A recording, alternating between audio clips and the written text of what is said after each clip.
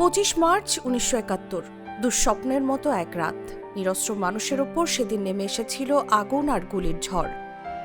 ঢাকা শহর জুড়ে শুরু হয় পাকিস্তানি বাহিনীর বর্বরতা।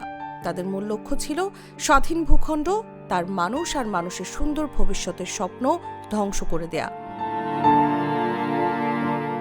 ভয়াল সেই রাতে হঠাৎ করেই বদলে যায় সবকিছু। অন্ধকারে ঢেকে যায় শহর, চারদিকে গুলির শব্দ, আগুনের লেলিহান শিখা। ঢাকা বিশ্ববিদ্যালয় এলাকা হয়ে ওঠে হামলার প্রধান লক্ষ্য। ছাত্র, শিক্ষক, নিরস্ত্র মানুষ কেউই রক্ষা পায়নি সেই নির্মমতা থেকে। এই কালরাতে পাকিস্তানি সামরিক বাহিনী অপারেশন সার্চলাইটের নামে বাংলাদেশের নিরস্ত্র নিরপরাধ স্বাধীনতাকামী জনগণের ওপর ইতিহাসের অন্যতম নৃশংস গণহত্যা চালায়।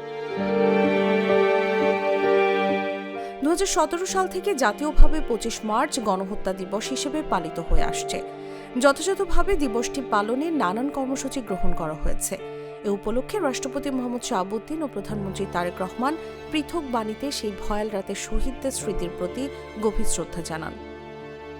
নিউজ ডেস্ক, জাগো নিউজ।